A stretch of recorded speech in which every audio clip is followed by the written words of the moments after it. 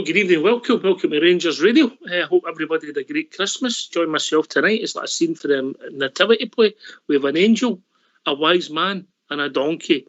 Linda, Bridgeman and GB, how we doing, gents and girls? Hey-o. That's pretty good, that. I was about to do that. Oh, sorry, Bridge. Right, you can take the mantle, mate. I can't be the wise man. No. And you're no angel. And I'm definitely not an angel. Never was. I wonder who the angel is then. Nah, that's a good question. How are you, Linda? Yeah, very well. Good evening, Ox, GB and Bridgeman, and good evening to all the listeners. Merry Christmas to you all. Good evening, all.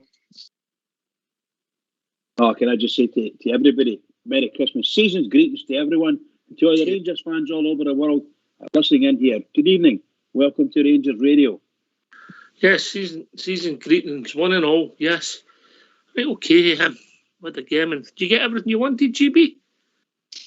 Just about. Mrs. Claus was really good to me, so I can't complain, mate. All right. I really want to know anything about that. That's what keep up for another time.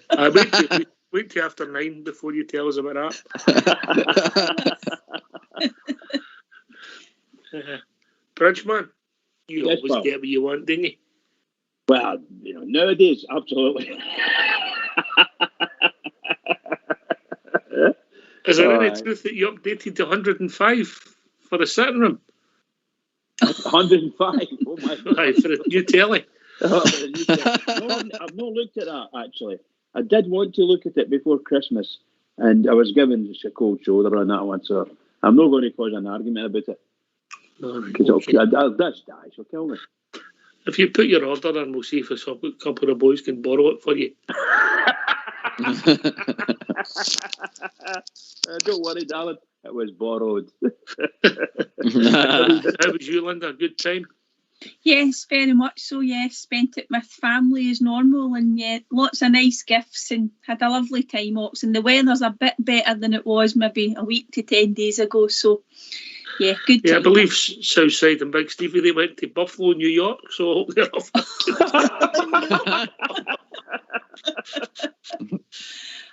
Oh, that's a shame. What about yourself, Ox? Yeah, all good? Aye, mate, aye. Family, and I enjoyed it. Nice gifts, good food, and just chilling out, really, and getting ready for tomorrow, the game. Yeah. Aye. Well, enjoyed it. Good. Right, obviously we just did a show after that classic up at Dingwall. Linda, give your thoughts. Well, I mean, it wasn't obviously the classic game, wasn't it? Not. It wasn't perhaps as nerve-wracking as the previous two games. It was all about the 3 points, Ox, wasn't it? I think we would have liked maybe a second or third goal, and it was a wee bit disappointing that we didn't go and get that, and it made it to make it a wee bit easier for us. I think from what Michael Beale was saying, they felt fairly comfortable, Ox, but I don't think we ever do watching Rangers, especially if it's just 1-0. But definitely good 3 points and back down the road, and 3 wins out of 3 for them. Really pleased with that. We're not going to say it was a classic, GB, but last year in January we played their fixtures back to back, and we only took two points out of the 6, and now we've took 6, and but we can only do what we can do and keep winning. Hopefully that'll be 9 under Michael Beale, and hopefully tomorrow night it becomes 12. Yeah. Ox, mate, these places are the. Sometimes we can turn up and have like brilliant performances and stuff like that, but when you go to these places, it's hard working performance you need, and really you just want the 3 points and getting back down the road, and that's what we've done. Yeah, and we're hopefully now starting to build a wee bit of momentum. I mean, that, like you say, that's 3 wins for the manager now. He's just in the door and he's trying to build. So again, I don't think we can expect everything just to be amazing straight away, but he's picking up the points, and time's gone by. If you're in a title challenge 1-0 up at Ross County, wouldn't it have been a terrible result, mate? It would have been plus points, you mean? Here. Bridgeman, wasn't it a classic? Good goal, decent move. We played some decent stuff at time. Should have scored more goals, but we didn't. But we take the 3 points and we move on, yeah? Well, that's what it was all about. And the guys have said before, it is a 3-point system. That's all we're looking for. But, if you look at the game and try to critique it, you'd be there all night, couldn't you? You could pick holes and everything. I think that for the last 2 games in particular, both away games, our choice of footwear is quite shocking. There's a lot of boys slipping both games, and you wonder why. It might be the weather, or there might be something else, but I hope it wasn't bad footwear, bad choice of footwear, sorry. But I think they had, Ross County had 2 absolutely looked like gilt-edged chances, and they were unlucky and never got it. I think that we get into a fan call, and I think we were shocked by this time. But seriously, it's really got to watch what we're doing. I know that these teams shouldn't ever beat us. We're going to walk into these situations. And but Saudi Arabia should never beat Argentina. But I'm saying that, pal. But there's certain things they're not ready for. And we weren't ready for these huge high balls into the box and just at the edge of the box. And we don't have anybody that can actually. We don't have a number of people that can jump up and header these things and challenge. That's one of our problems, I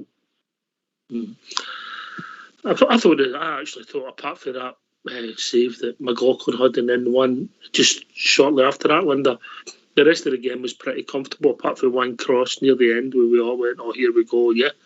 Yeah. But we've got to score more goals and take the pressure off. Yeah. Because I believe, Linda, and you tell me what you think. See if we get the second goal, usually we'll go in and win comfortably, yeah.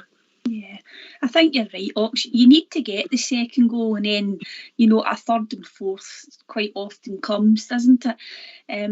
Lundstrom's goal was good because he shot from outside the box. It was a wee pass in from Sakala, and I think it was left-footed, wasn't it, into the sort of bottom corner. A great goal, and we want to see more of that, more shots on target, please, Rangers, because some of our shooting's woeful, Ox. It's quite unbelievable at times. They don't even hit the target. But you're right, you think, right, okay, good time to score. I think, was it the 35th, 36th minute or something like that? And you think, well, even if we go in 1-0 at half-time, that's fine. But come out and get a second and third goal and make it an easier watch for us. But we really need to start scoring more goals, Ox, particularly when we're away from home. I know we get 3 in Aberdeen, but we would like it to be more comfortable. We definitely need to start scoring more goals. I mean, when you think about the spread of the goals as well, the wide players, as we've said a few times, they're not chipping in enough with goals. I mean, that boy Matondo could have had a couple when he came on, couldn't he? But we definitely agree, Docs. We definitely need to score more goals. Aye, I mean, if he scores a one, we can relax for the last 5 minutes plus injury time, GB.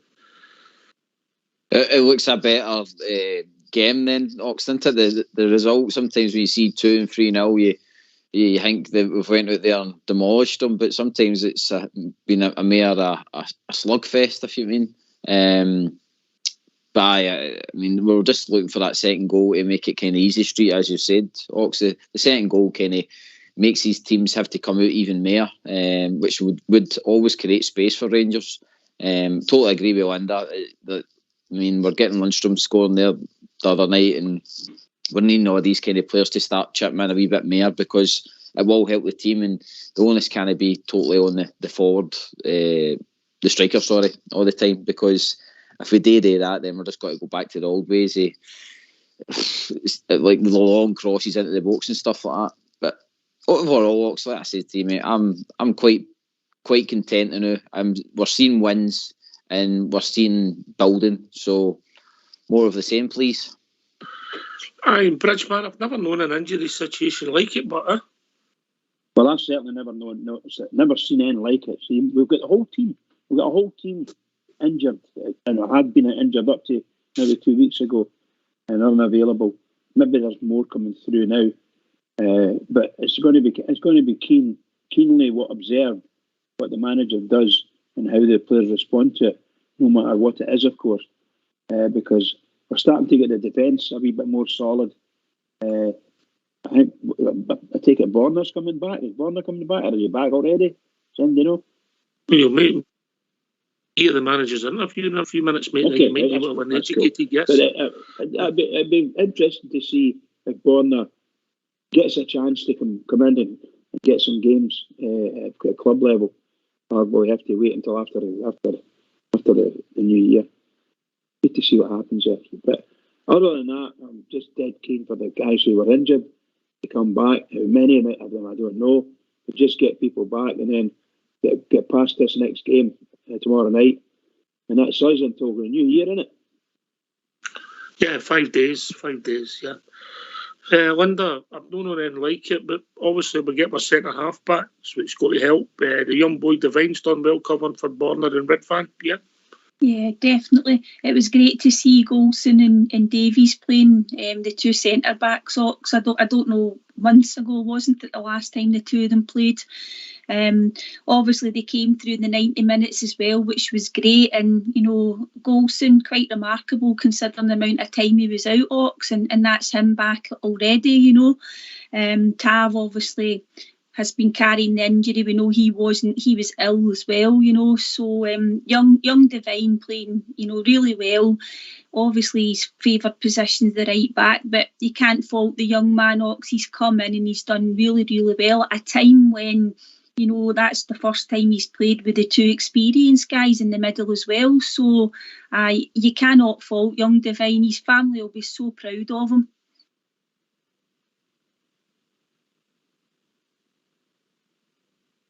Here, Linda. Right, I'll tell you what we'll do, GB, if it's all right with you. We're going to hear for the gaffer, and then we'll get the phone lines open, yeah? Sounds good to me, Ox. Let's hear for the gaffer, Michael Beale. I noticed late on against Ross County, there's a break in play immediately. 3 or 4 of your backroom staff were right in the line, encouraging, giving direction to the players. That shows a lot of trust that you've gotten the backroom staff, especially in such a short time play, working with the players. Is that a technique you've developed yourself, or is it something you've seen applied elsewhere where you're allowing such an influence from the backroom staff? The way we set up the staff here is that everyone looks after certain units. So in terms of the daily plan for each player and where they're going in the direction of their career. So in each, say for the defenders, Adam Devine's at a different stage of his career than Connor Goldson. So they need certain handling. So Neil Banfield takes care of the defenders as a unit. Obviously Colin the goalkeepers. Damien the midfielders, and I take control of the forward players. It's exactly the same as how we set up the staff last time I was here.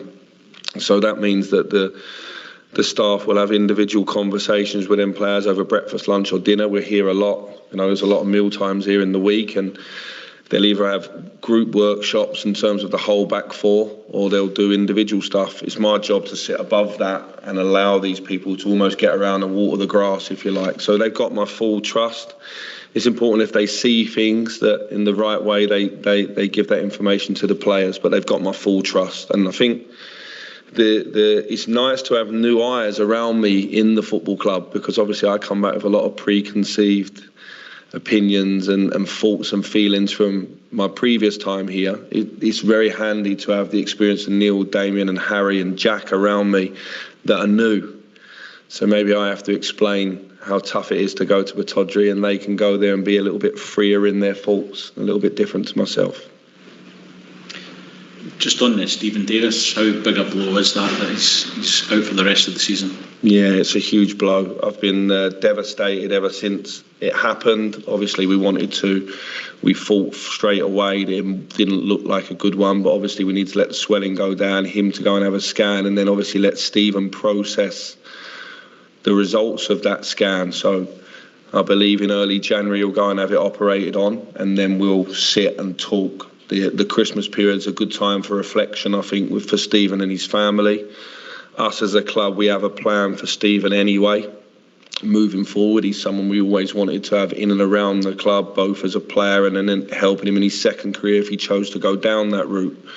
That was something that was already in discussion from the very first meeting I had with the club, because I knew when I was here before that Stephen had a lovely way of detaching himself from the game and seeing it as someone over overlooking the game rather than a player that can only see the game from his own eyes. So I was very interested to see where Stephen wanted to go later in life.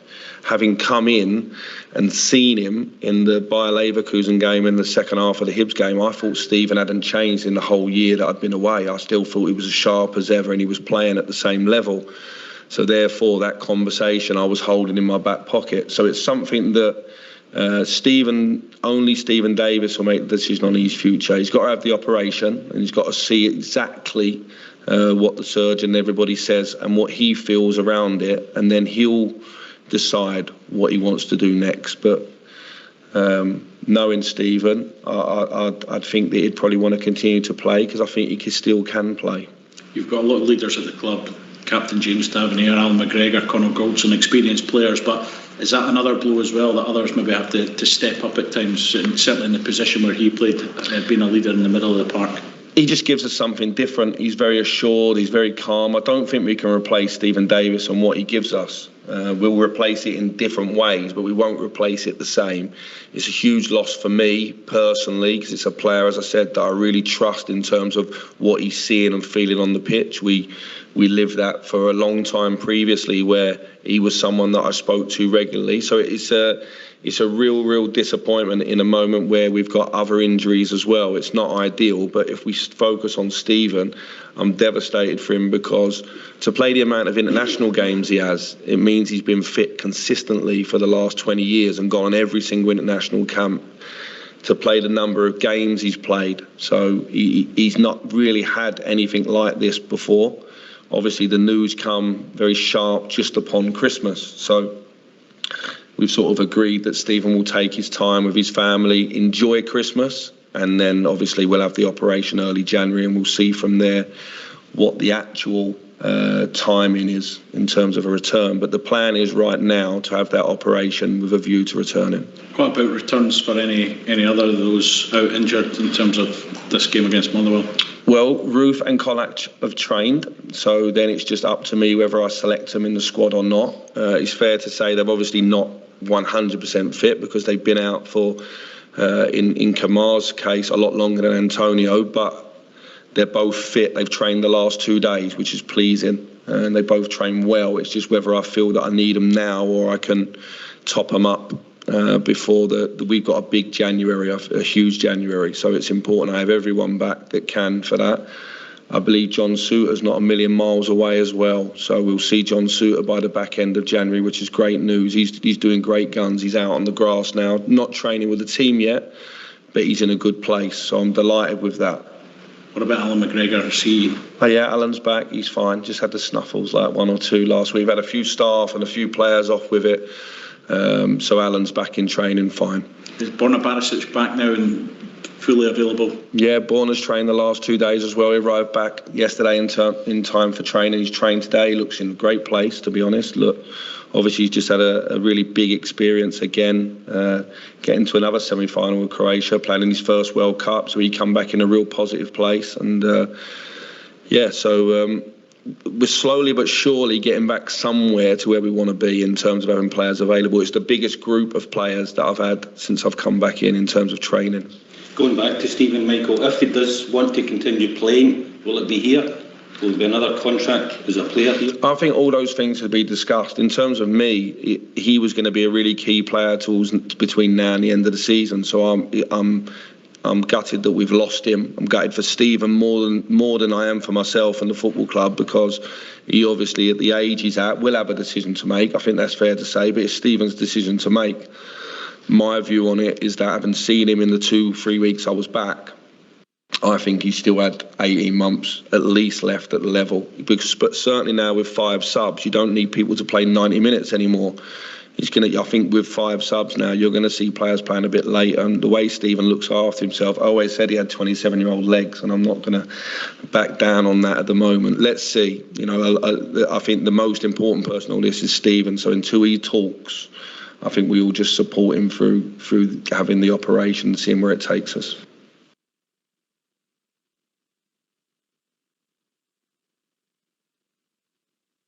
Okay, thanks for that. GB. It's fantastic to have great interviews back, Hawks. Michael comes across really, really well.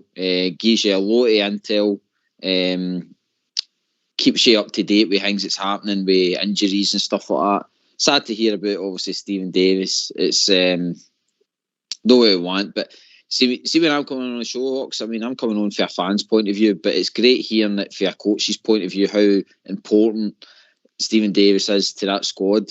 Sometimes you don't appreciate it, sometimes being a kind of novice to the kind of coaching world, but when you hear it straight for the horse's mouth, it just shows you how important he is to our team. People moaned about getting him the extra year and stuff like that, but it just shows you what's going on behind the closed doors. You know what I mean? That the club are wanting him to be there even after his playing career and stuff like that. So, fantastic interview again with the manager, Ox. There was a lot of positives and obviously the big negative, Linda, yeah? Yeah. I mean, and you feel devastated for him, don't you, Stephen Davis? What a servant he's been and for his country as well. But let's hope that, nowadays with this type of injury, I know young Hadji's been out for well over a year now, but you never know in terms of the extent of these injuries, Ox. But it does sound as if Michael Beale had it in his mind that he would be having a conversation with Stephen Davis at the end of the season with a view to what Davis wanted to do next. But then he's seen him play and he had a wee change of heart with that and thinking he's still maybe got another 18 months left, including this season. So perhaps they had it in the back of their mind, Ox, that they would maybe have given Davis another year in the summer. But obviously that'll all have to be put on the back burner. But as GB says, it does sound as if the club want to have Stephen Davis around, and that'll obviously just depend on what he wants to do and what sort of recovery he makes. But all the very best to him, because he's a fantastic guy and a fantastic footballer. Here. Bridge? Well, you know how I feel about Stephen Davis, and I was one. I'm the first person to put my hand up and say, keep him side of one for another year. I'm not that sure whether I say the same at the end of the season, but you got to feel for him. That's tragic for him because his second part of his life, football-wise, is just starting to begin. It's starting to begin with an injury and an operation, So it's going to be tough for him. Yeah, obviously, I wish him heartfelt thoughts. Seriously, I devastated for him. Devastated. So I met him a couple of times in the doctors and spoke to him about the Rangers and how he likes them. He likes them. So it's just there. What can you say about a youngish man at the tail end of his playing career? Incredible. I suppose if you think about it, if you're going to get a really bad injury, I suppose there's pluses and minuses of having it in the end of your career rather than when young Hadji is. Because Stephen's past his prime, and whether we'd have been given an our contract as a player remains to be seen, because people have different views on that. But Stephen Davis, the man, has been the way he's conducted himself, the way he's played in his 2 spells at the club, and the way he conducted himself when he left. He'll always be welcome by the support of our club, Linda. Absolutely. Top man. Definitely, Ox, and as Bridge said, he's a top man. I know the point I think about him, if it happens at the kind of at the tail end of your career, it's probably quite a valid one, Ox, because I think Michael Beale said, in terms of the last 20 years, Stephen's not really had a serious injury, and he's been available for nearly every international camp, etc., and in all the games he's played for the clubs that he's played for. And obviously we're more interested in what he did for us in his 2 spells. So, yeah, absolutely. And hopefully he's got a part to play at our club in the future. I'm not always a big fan of that, GB. I sometimes like people to go in their stripes and come back in whatever capacity, but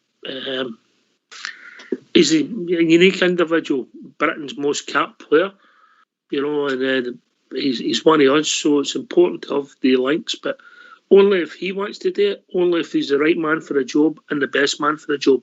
I don't think there's any room for sentiment as much as I appreciate Stephen Davis. No, Ox, you can't just have a guy in there as a just to make up the numbers. I think, if anything, I'm hoping it's going to be they're trying to go for him like a kind of what Steven Gerrard had at Liverpool, the kind of under 17s, under 19s or something like that, to go and coach, learn his stripes under a top coach, if you know what I mean, in that area. I don't know. If he's working directly with Beale or something like that, then I would rather he went out and kind of watched umpteen clubs, or maybe done what Beale done, going seen different football countries and stuff like that. But definitely have him at the club at some point, Ox. I mean, it all depends on what he's wanting to do. Maybe he's wanting to go out and be his own man as well. Maybe he'll want to be like Kevin Thompson, maybe manage like a Celtic Hearts or something like that and try and build for there. You know what I mean? I think Stephen's status in the game, could take him where he wants to go. It depends if he wants to get down that route, Bridgeman. Management stuff for everybody, is it? Well, I would not advise him to go down the manager route until he gets some weight on his shoulders as far as coaching is concerned at whatever level, and then you can start thinking, could I be a manager? He's got to be able to get indications from the players as to whether they like working with him. All that nonsense, all adds to the confidence. I don't think he's anywhere near ready for that. But I for one, I've said that when he finishes up at Rangers in his playing career, I would love it. I'd love Rangers to give him a coaching job, whether it be, as GB says, the reserves or whatever, and let him go in there and learn his trade for the bottom. If he's not been doing that already, because I don't know, I would love him to be involved in the coaching side and stay at Ibrox forever, for me. Aye, as I said, he's got to be a good fit. Listen, these are your views, and maybe even pay tribute to Stephen Davis, and also the other thing that Michael Beale said about some of our players coming back tomorrow night. Let's hear from you. Why don't you give us a call on 0141 356 1972. It's your show, it's your platform. Let's hear from you.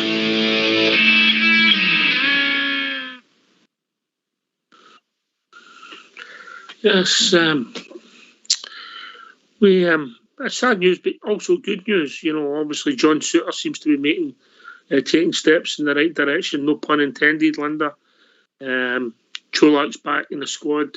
Roof's back in the squad, even though that to be fair, the interview was a few years ago, so you never know what's happened there. So things are moving.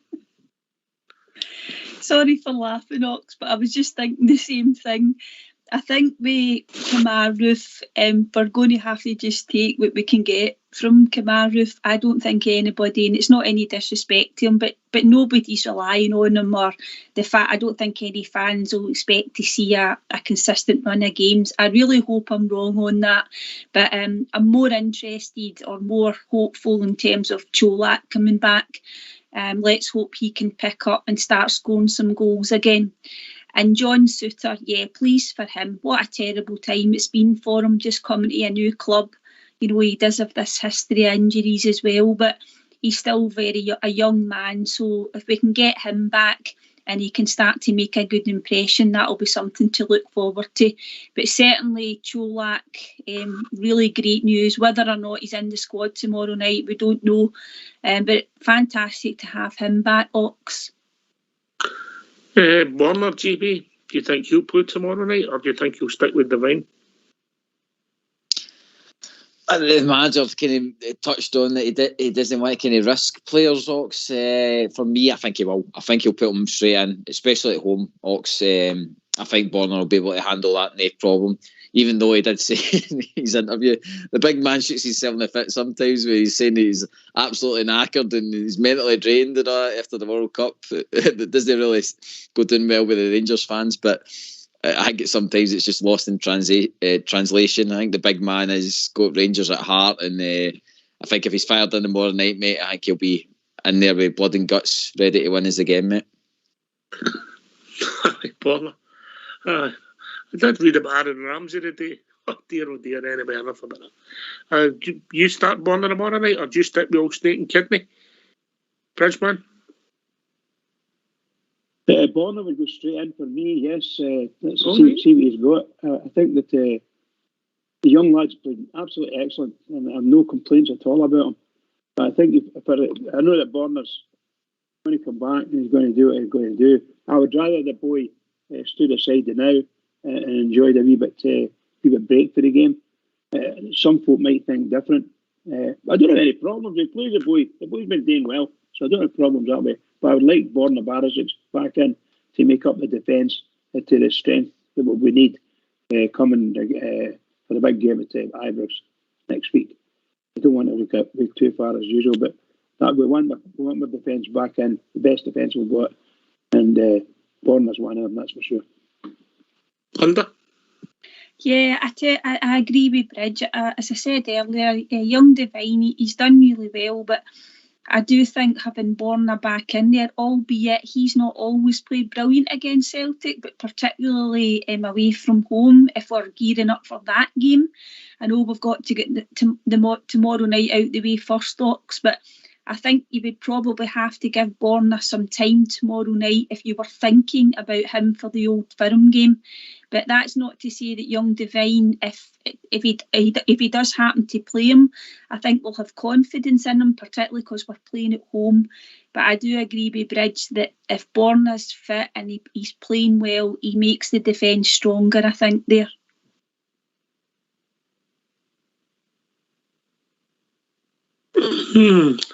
That's a good debate, because arguably the last 3 games, some people might say Devine's been my most consistent player, GB.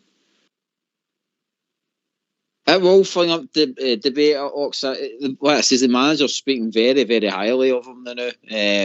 He will probably touch on that soon there's another bit of interview, but I just agree with Linda, Ox. I just think when you name that kind of back line and you've got possibly Tav, Golson, Davies and Borna, I think that's a solid platform going forward, mate. Just purely because, like I says, the game's coming up, especially with Old Firm. Right, well, we might get a bit of hint. It might give me my idea where he's gone if we hear the rest of the interview for the gaffer, if that's all right with you. Good folk. Yep. Let's hear again. Absolutely. Brewer manager Michael Beale. So you'll be looking for another midfielder in January? We might have been looking anyway, to be honest. It's an area that we're looking to strengthen everywhere, if I'm honest. But in midfield, there is a little bit of uncertainty. I think it's fair to say when you write the midfielders down at Rangers at the minute. We have a couple of loan players in James Sands and Malik. We have 2 or 3 that are out of contract at the end of the season, and their decision on their futures has not been decided yet in terms of Stephen, Scott, and Ryan as well.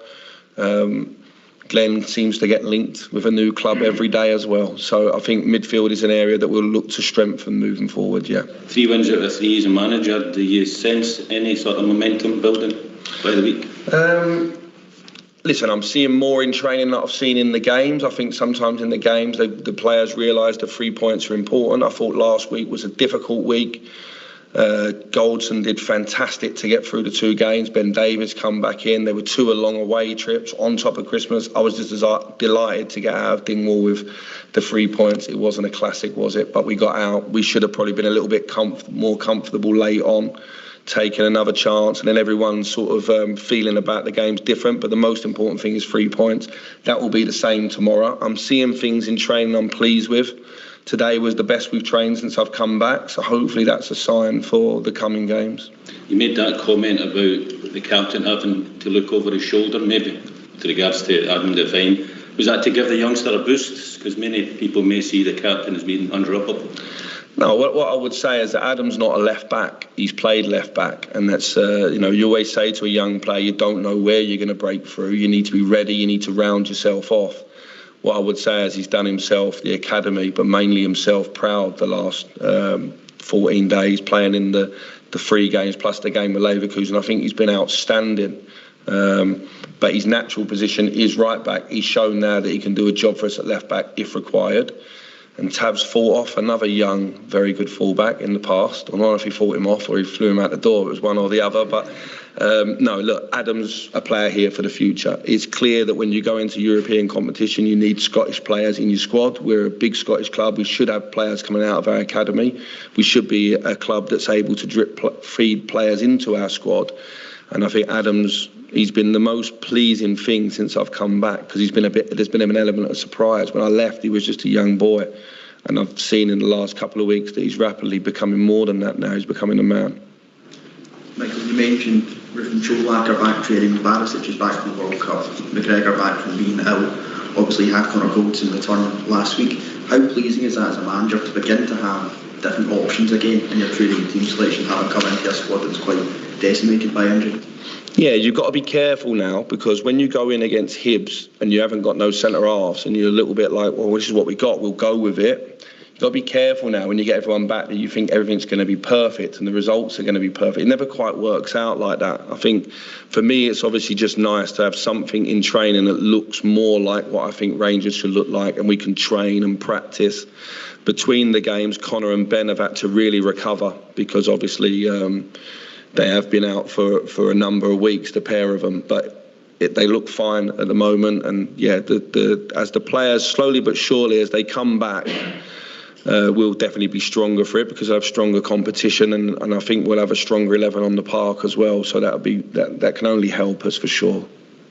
Just one from me, Michael. You say Alan McGregor's back against tomorrow. Do you have a decision to make? I think goals, obviously John McLaughlin did well for you. Whenever it was, what can do the day before up at Demo? Well, yeah, of course you've got a decision to make out of the two of them. Robbie's trained ever so well and all. He's chasing them down. It's a difficult one. Alan was due to get a rest for that game for John anyway. It was in my plan with the two travels and just wanting to give John a bit of oxygen. And John did himself a lot of good in that game, probably exercised a few of the skeletons from earlier in the season. Last time he played, he made a mistake. I thought he made a fantastic save, and that was a proper John McLaughlin performance, really, from when I was here previously. You know, the big moment, he does well. His distribution, he coming to claim crosses is very good. He's very calm head, and he kept another clean sheet. And I reckon if you looked at his gains per clean sheet, it must be outstanding. Michael, after 3 hard-fought victories by just 1 goal, how much are you looking for a more comprehensive scoreline and performance in this match against Norway? Yeah, if you could guarantee it, I would take it, but I just want the 3 points at the moment. I think I would like to see us have some more control,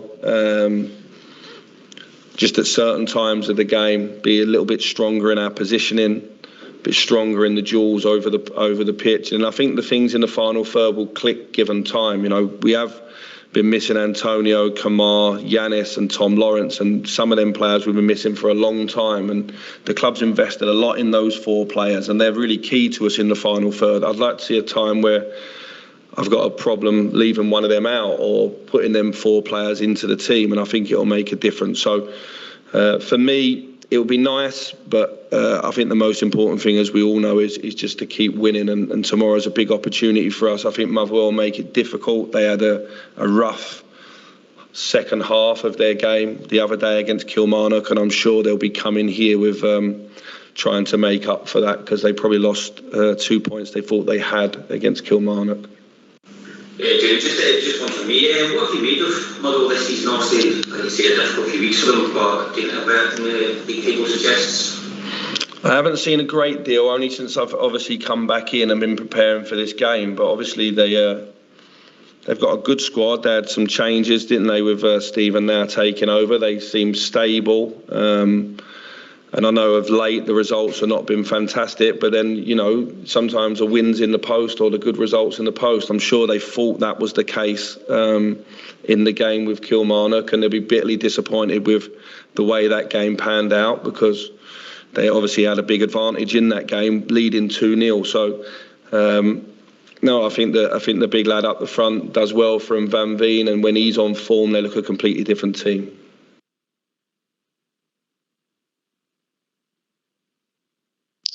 Right, okay. I didn't really get any hints, but obviously he's very, very honest. Linda Dinbridge. Yeah, he is, Ox. He's always, very, very much like that when he speaks. And as GB said earlier, you get quite a lot of information from him.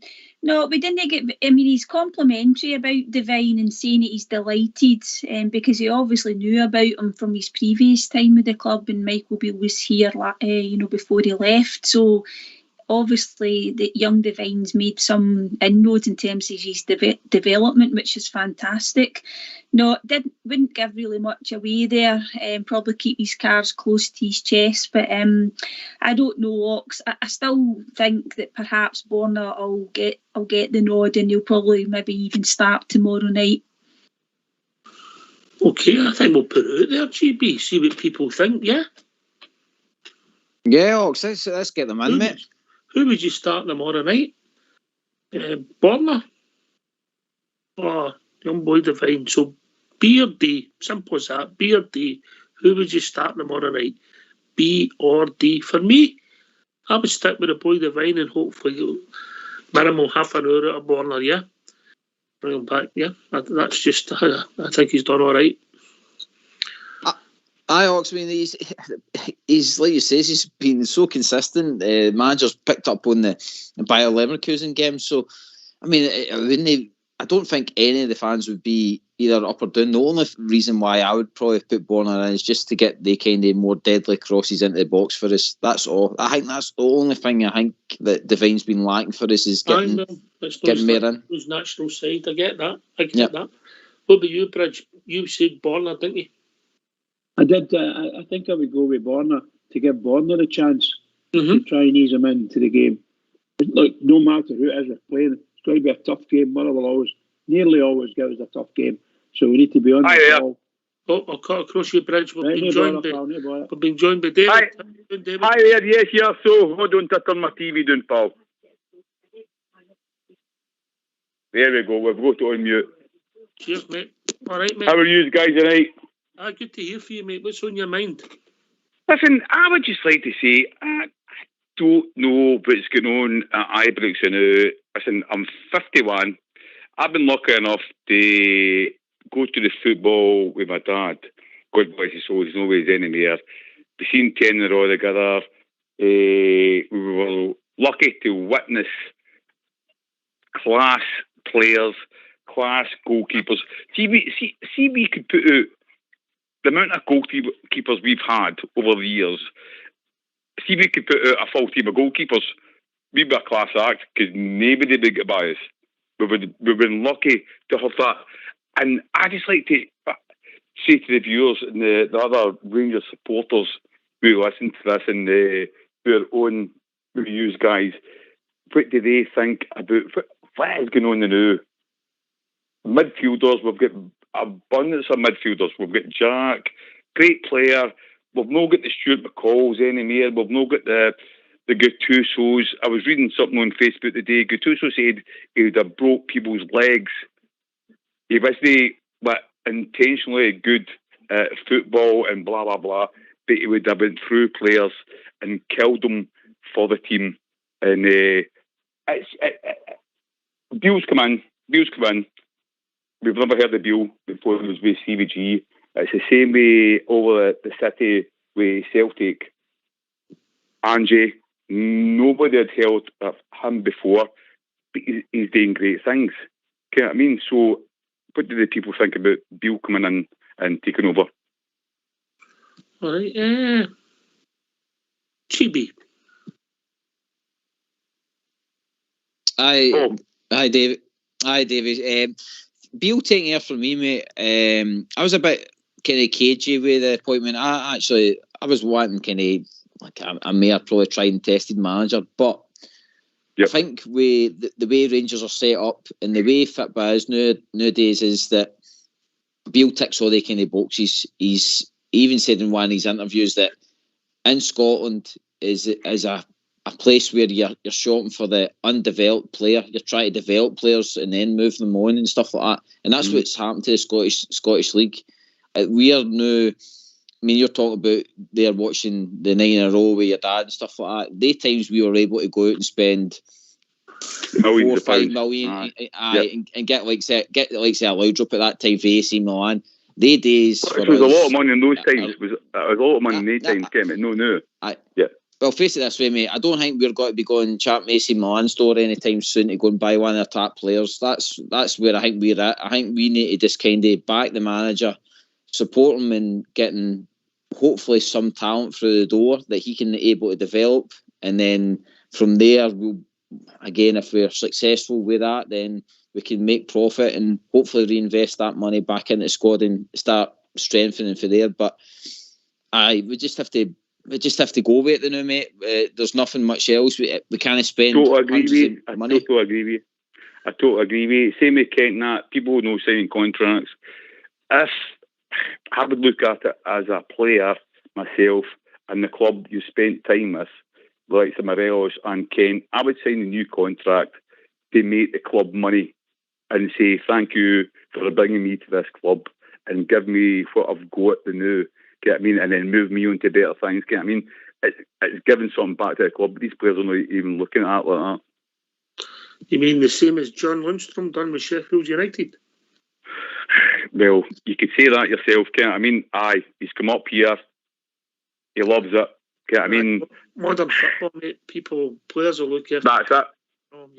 You get the odd one who's got a bit of morality about him, like Stephen Davis, Linda. Yes, that is.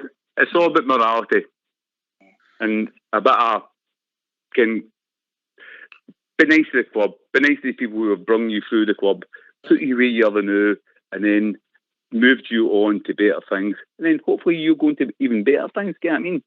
That's the way we've got to look at it. It's like life in general itself, with jobs in general. Get a job. You might not sign that job. You move on to a better job. Get what I mean? Prospects.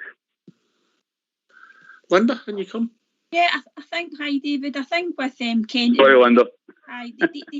They hold all the cards, David, just now, don't they? And as Ox said, players move on at the end of their contracts, and as you said, it would be nice if we could make some money on them. There's obviously potentially both of them are going to go for free, and we're just going to have to accept it. I know there's some fans think that it's time to move on from players like that, and we want to see some fresh faces coming in the door, but the best thing that the two of them can do is to start really, get some really good form, play really well for us. If they sign a new contract, albeit I think they're looking for a bit more money, David, than the club can probably afford, but they either sign a new contract or they play so well for us that they go at the end of the season and Morelos gets his big money move and Kent goes wherever he'll go. But either way, the two of them need to start playing better for us. That's it. Again, play better for themselves, play better for the club, get themselves that big money move.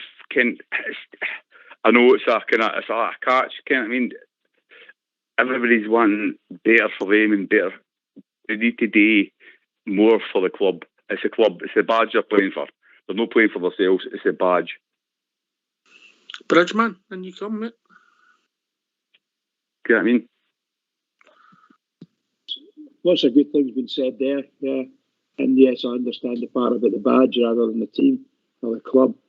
But the badge means everything to the players, and it means everything to the fans now. It's amazing how people have picked up on that. But, all I'm looking for is this chap came in and I wanted him, personally, before him, I wanted to bring back Steven Gerrard. I would have brought Gerrard back in a heartbeat back to Ibrox. I don't know whether there was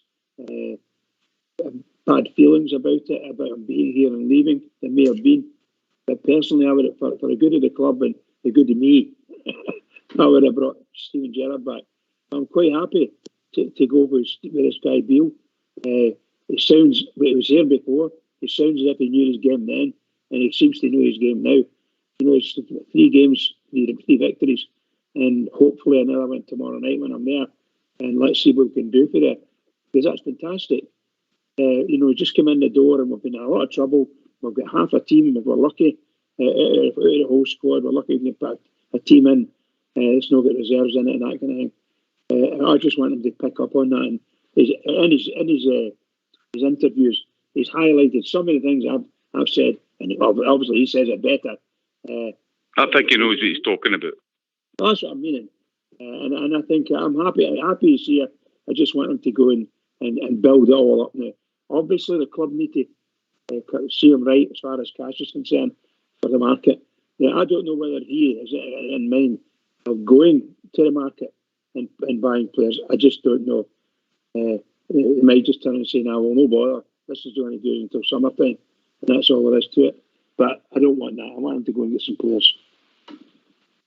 Do we think we can claw back the points difference? That's one for yous. Right, it's a yes for me. And I'll tell you why I base it on.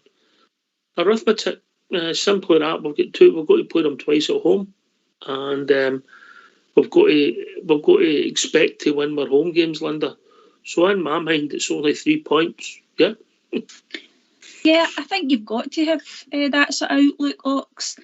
As you said, we've got to just keep winning our games. There's 3 Old Firm games, and we certainly have to pick up our form in terms of against the other teams in the leagues as well, David. It's obvious that we can't afford to really drop any more points, but we've just got to keep winning. I'm hopeful because I just think the injury situation that we've had this season, and whilst you can't solely make that an excuse, it's played a significant part in how we've performed. And the number of injuries we've had, it's unprecedented at the club. I've never known it. Maybe way back when maybe Walter's second period, there was times where it was injuryless. And I know it's the same for all clubs, but when have you ever been in a situation where we haven't even had a fit centre back? So that's going to give us a bit of hope as well, that some of the players that are coming back from injury are going to add quality, and it's going to give us competition as well, David, and hopefully that'll up people's performances as well. There's my next question. Centre backs. Who would you put in? Goalson, I think the Bison is quality. He's been given a hard ride in the past, but he's proved to everybody at the club. It was like Amaruso when he came in. It took him a wee while to settle in, but see, he settled in. That was him. Get what I mean? He was absolutely fantastic. Get what I mean? But we need people beside him. I think letting Katic go was a bit of a mistake. I think it became a mistake, mate, because lo and behold, Hollander's rehabilitation, John Suter got injured. Then Ben Davis never came in fit. Yeah, and all of a sudden, we were short in centre halves. But I think at the time there was logic in it. And also we were looking for people that could play left. And we got Ben Davis and we had Hollander. Katic never looked comfortable on the left, and I think that was the reason he went. Bridgman, I like Katic. Hollander was great. I think he was brilliant before he got injured. He was absolutely brilliant. I mean, he's no the fastest. He's no kind of the most gifted, but a defender. Putting a ball and then defending. Just that's what you want. He's here to defend. He's not there to be fancy. But he's got to be fit, Bridge. Yes. Yeah. We've spoken about some of these players, and Hollander I think everybody had a wee soft spot for Hollander. He was a smashing player, and big, tall fella, scared of nothing. But unfortunately, he did take a couple of bad injuries, and this last one's taken a long, long time to heal, if indeed it is healing. So we won't know that, certainly not for another month or two. But you think of the centre halves that we've got. I'm glad Davey said Goldson. I was a fan of Goldson's all the way. I think one of the best players that we've ever signed. That's saying something. Until he got that injury, he hardly missed a game. Hardly missed a first team game for Rangers. 3 seasons or something like that. Aye. Yeah, tremendous, absolute and resolute. Look at the leadership he's shown, and we know. I know Tav's the captain, things like that, but I think Goldson is a leader and a great leader, and people were confident in him. And when he hit good form, Rangers tended to do well. Slightly bad form, and they struggled a wee bit. I think Goldson's been really good. And I'll say this to you, I can't say it often enough, but we were doing really well in Europe until Golson got injured. There you go. All the way went through, playing against Liverpool, he gets injured, and it's one each at half time. And off he goes, and we come out the second half, and we lose 6 goals. Yeah, I think that's a good point you make, Bridges. It's not just Golson's form. I mean, he had some bad performances for us. Oh, yes, I'm saying that. Such a bad form as well. And yeah. But what he is, he's an organiser, GB, and a leader. He's part of the leadership team in the squad at Oxon. I mean, we've seen it the weekend there with Ross County. He was charging up with the big long runs he does for us as well. We've been missing that. We've been missing a defender taking the ball. And I mean, there was times that Golson was standing in the opposition's box waiting for the pass to take a shot. And in fact, I think he did take a shot on goal the other day. So it's the kind of Croce's commitment, organisation, like you say, at the back, Ox, that we've been missing. And what I say is, a lot of people questioned the contract offer and stuff like that, but the cost that would have been to us to try and go out and find a defender that was going to stay well consistently, organise our defence and be a mainstay in our team, you would have had to spend at least 10 million plus to get a guy in for that. And we've been able to sign Golson on a long-term contract for us. That sustains a defence, and that creates a repetition in the squad that people are used to and know what their positions are and know what they're meant to do. He's a vital part. They remind you of a big Amoruso gliding up the park and taking on players and then just brushing them aside and going one of these wee mazy runs. There was only one Amoruso, David. Yeah. Yes, listen, I was glad to see him and watch him every week going about that part of the big. What a guy! I mean, unbelievable. I'm not too sure about Shooter. I think he's quite slow, cumbersome. It's shooting now. I mean, he's just come in. He's not the game time. No, we've not seen enough of him to judge, and obviously we can't judge. Something's went wrong with what we try to sort out for the boy, and we'll set him back a bit, and hopefully he can bounce back. Last word for yourself, David, before we go to a tune, mate. Good to hear from you. Listen, hope the team pull it together. Have a good new year to everybody, yourselves and that, and all the rest of it, everybody out there listening. We'll wait and see what happens. That's all we can do. Great to hear from you. Right. Merry Christmas. Great talking to you. Great New Year. But you might want to phone before then, mate. Take it easy. Right, Paul. Catch you later. Cheers. Thank you. Cheers, David. Bye-bye. Bye, David. Bye, David. Bye. We've reached that time of the evening. Would you believe that? Linda, would you believe that? Tune time. Aye. Right, okay. Get yourself in mute, because we're going to have a tune.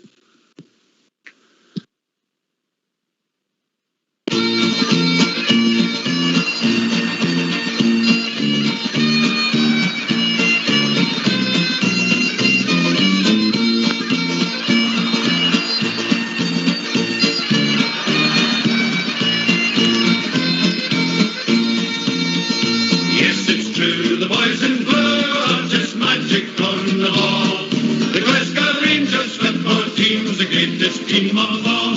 We support the Glasgow Rangers, do not Ibrox is the place, and we will follow in the championship race. Yes, it's true, the boys in blue are just magic on the ball. The Glasgow Rangers football team's the greatest team of all. It's true, the magic boys in blue are the best team in the land. You've got to queue and govern to get a ticket for the stand. Yes, it's true, the boys in blue are just magic on the ball. The Glasgow Rangers football team's the greatest team of all. We've spent a lot of money on great players, yes, that's true. But the Rangers fans deserve the best from the boys in royal blue. Yes, it's true, the boys in blue are just magic on the ball. The Glasgow Rangers football team's the greatest team of all.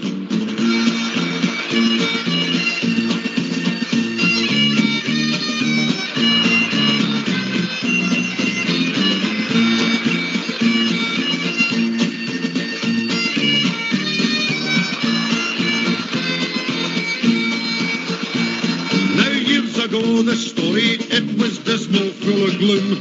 Now we're building an extension for the Ibrox Trophy room. Yes, it's true, the boys in blue are just magic on the ball. The Glasgow Rangers football team's the greatest team of all. In Europe we'll be travelling by land and sea and plain. The teddy bears have got the bears and we're on the march again. Yes, it's true, the boys in blue are just magic on the ball. The Glasgow Rangers football team's the greatest team of all. Yes, it's true, the boys in blue are just magic on the ball. The Glasgow Rangers football team's the greatest team of all. Yes, it's true, the boys in blue are just magic on the ball. The Glasgow Rangers football team's the greatest team of all. Yes, it's true, the boys in blue are just magic on the ball. The Glasgow Rangers football team's the greatest team of all. Yes, it's true, the boys in blue are just magic on the ball. The Glasgow Rangers football team's the greatest team of all. Yes, it's true, the boys in blue. Why don't you give us a call on 0141 356 1972. It's your show, it's your platform. Let's hear from you. Yes, no names, no pat down, but one of the Rangers radio presenters celebrated their birthday on a way back for Dingwall. He's that tight he wouldn't hire a hall, but he had it on a bus. And the first tune they played was I Predict Riot. That's what my information is telling me. Anyway, are we doing Mel back? Yes. Yep. You can work out That sounds like a good bus party. Well, no names, no pat down, but I think you can work out who it was. Aye. Mm-hmm. Right, okay. That's some interesting points with David there, you know, where we are and where we're going, and we need players back to assess. We don't know how good John Suter is because we've not seen him. You know, we don't see him week in, week out where he's good enough. People have an opinion, Linda, but we don't know, do we? No, we don't really, Ox. I can honestly say I don't know how good John Suter is. I mean, he had a good game against us in the cup final against Hearts. Ultimately, we managed to win. But I think he probably played quite well in that game. He seems to be rated. He's been in the Scotland squad. Obviously, any player's a risk. He was out of contract. We got him and obviously freed him a contract. So we'll just have to wait and see. And hopefully he can get himself fit. But it must have been quite devastating for the guy, Ox. Yes, anyway, I think we'll be joined by our Kenny. Evening, Kenny. Merry Christmas. Good evening. Merry Christmas, Ox. Linda, GB, and all you guys there. Yeah, I'm a happy guy. I've been on for a long time. Managerial change, I told you it was going to happen. I'm delighted with the change. I predicted it after we won 2-1 against United. The guy was Michael Beale. Delighted it. Young, upcoming coach. But we need a new goalkeeper. That's the one thing we do need, is a new goalkeeper. McGregor, legend. Stats this season are terrible, guys. You look into them, they really are. I think the last season we need a new goalkeeper. And, sorry, Fox, I was at Divine and at right back right now. You've just ruined Foxy's Christmas, Kenny. There was no need for that. I know that, but that's what I see it. I would like to see the boy at right back, to see him put crosses in with his right foot, you know, just to... See, by the way, last Friday night against Ross County, me and my daughter watched the game. She was over Christmas. That boy was the man of the match. It was outstanding. That's him at left back. His touch looks good. We can't judge him. I think that Michael Beale's alluded to that. GB? Aye, Kenny. I mean, Devine did had another great game, and managers got all his praises in interviews, mate. It's just, for me, I don't know, the experience and stuff like that we have, it still outweighs it now for me, mate. I think Devine needs to get kind of the cup games on that right hand side, hopefully, and then we can start to see, like Ox says, the crosses into the box, see what kind of quality's going to be there, because Tav can be deadly up front for us. As much as he's a bit of a bomb scare sometimes at the back, we need Kenny Baith. We need a guy to Kenny Day Baith, especially in a Michael Beale team. But mate, what I say is, if the boy gets the shout, I don't think any Rangers fan will be upset about it. They'll be happy with it, mate. I just think the boy's got time to sit on the bench, mate. I think the Tav's time will come and go, and the boy will be ready for it. If I look at it this now, when Tav, I don't care what anybody says, I think he was playing with an injury and he needed some rest. And they said that he was playing when he was ill. Well, if that had been, and we had the option of playing Devine there, I don't think anybody would complain at the moment, Linda, would they? No, definitely not. And maybe that's what they should have done, but they didn't have anybody to fill in at left back if they had moved Devine over. I don't know who they would have played because Davies was out, Born away, and Yilmaz is obviously injured. So that's why Tav had to play through illness. I would agree with Kenny. I think Tav has been, he's not in good form just now. I wouldn't drop him. The point Kenny makes about the goalkeeper as well, that's going to be one definitely for the summer. He was asked, Kenny, about whether he was intending to sign a goalkeeper in January, and Michael Beale said absolutely not. He's got no intentions of signing a goalkeeper in January, but they do have to get the whole situation sorted out in the summer. But I think it will probably wait till then, Kenny. To me, Linda, that's a big mistake. Aye. To me, you start for the back. The two goalkeepers we can rely on. The young boy, the Crowley, I don't get it with him. He should have been there last season. Rangers need a new goalkeeper. That's the mistake. He built from the back, built out. Davin, sorry, Fox, but to me, it's not just a need. I think you've maybe seen the best of Davin, actually. I put that young boy in Devine at right back. Yesterday, actually, the only thing.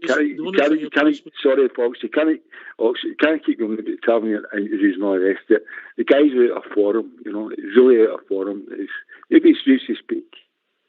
The only thing that worries me, Kenny, about the boy Devine is he's got a good touch and a great engine. He looks as if he could run all day, but he seems to. I know Tav's not the quickest, but he does seem to lack a yard of pace. But we'll be able to see that better on his natural side when he's turning more naturally. He maybe chase people, yeah. Yeah, I agree with that. Yeah, But to me, that boy, I'm watching that boy. He's put.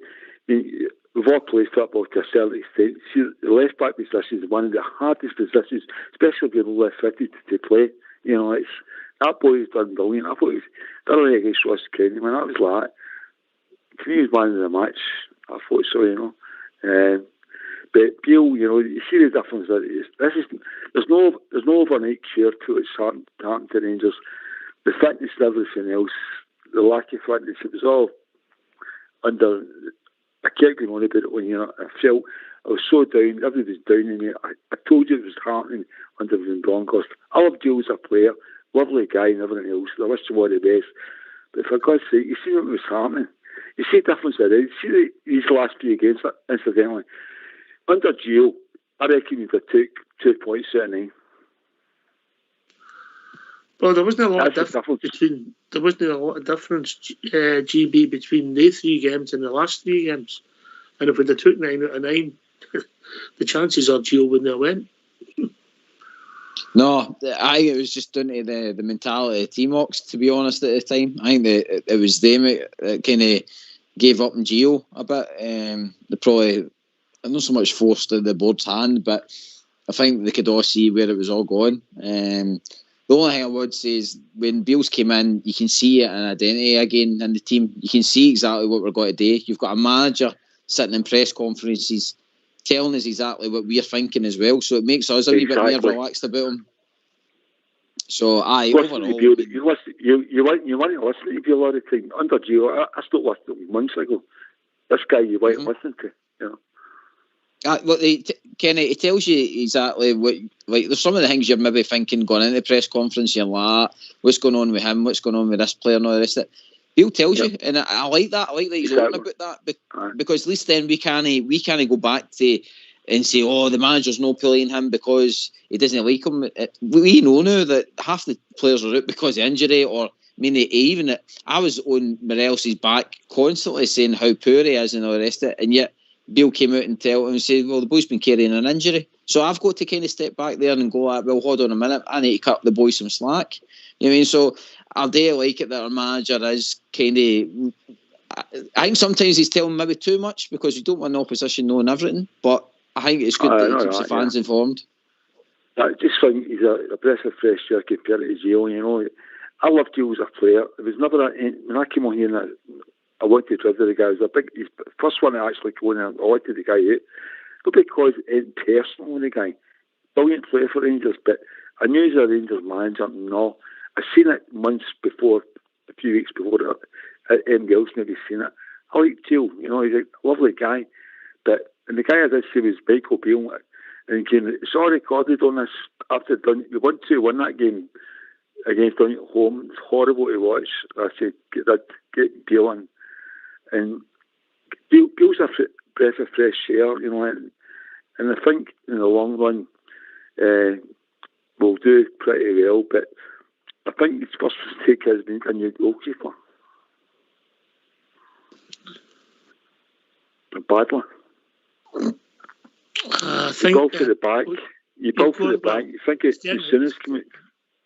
I think we're getting a goalie in the snow. I think they will be looking, because I think obviously the sands of time wait for no man, and I could understand the logic, Bridgeman, for giving Alan McGregor a contract as number 2 behind John, but then obviously John came in, had a mare, and his confidence was shot. So it's up to the manager if he agrees, and we'll go out and get a goalkeeper.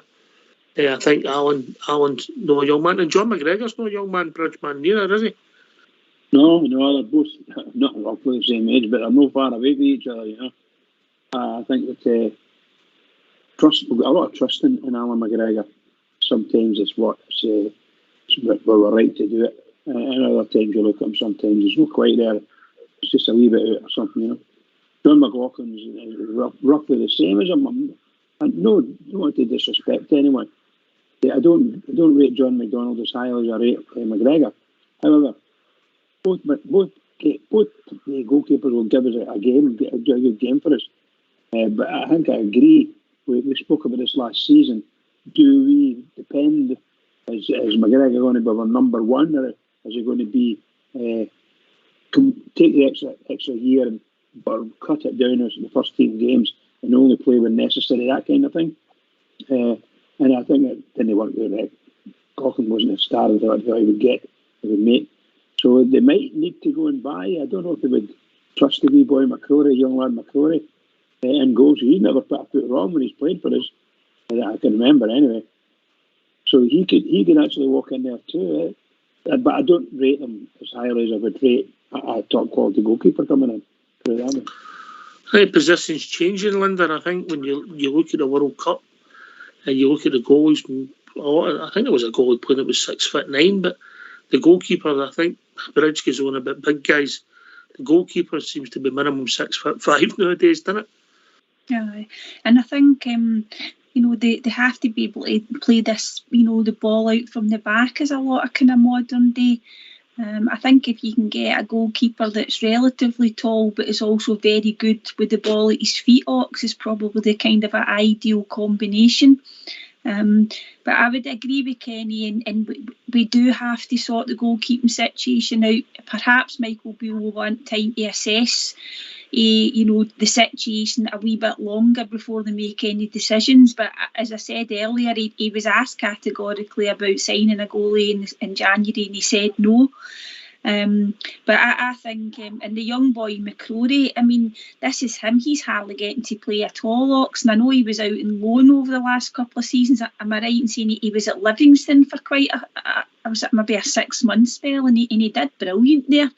But again, we've not seen him in a sustained run for us either. So it's definitely a situation and a position that we're probably going to have to look at in the summer, and whether or not Oxford we're going to have to splash out the cash for somebody decent or get somebody in a freedom of contract, that'll remain to be seen. Well, I do agree with Kenny. I think that's something they should be looking about now, because obviously you don't know who's going to come available, say in January. You might fancy him, get him in early, or you might think you sign somebody to bring him in the summer. But look, let's be honest, Alan McGregor's not a young lad, and no disrespect, he's at the back end of his career, so we know we're going to have to bring him a goalie in. GB? I mean, I think even though John McLaughlin kind of had a deck chair kind of game the other day there, like John is always going to be a number two. The guy just doesn't ooze confidence in that box. He had a couple of good saves, but even the one with Tav, when Tav was mixed up with the Ross County defender and that, it bounced, and it was just lucky that it hit off John's leg and stuff. So McGregor's obviously going to be gone. No way is John going to get back into that number one position. If he does, Beale will cost himself a lot with it, because he'll have to jiggery pokery it again if he has to go and hunt for another number one. So I'm with Kenny and you that they've got to really cement that either pre-contract January or definitely look in the summer for the new number one Rangers goalie. When you come so here's a $1 million question, GB. Who do you stand by, McGregor or McLaughlin right now? Oh, I mean, this is a big dilemma. This is a big dilemma, right? You come into January, they're not going to sign a sorry, if they're not going to sign a goalkeeper, who do you stand by? Right now, I would actually go and believe on McLaughlin. You would go with McLaughlin, aye? And they're all firm and all that? Yep. Big call. Despite parkade, everything else, aye. Mm-hmm. No, I would. For me, it would be McGregor. To me, he's slightly better with the ball at his feet. There's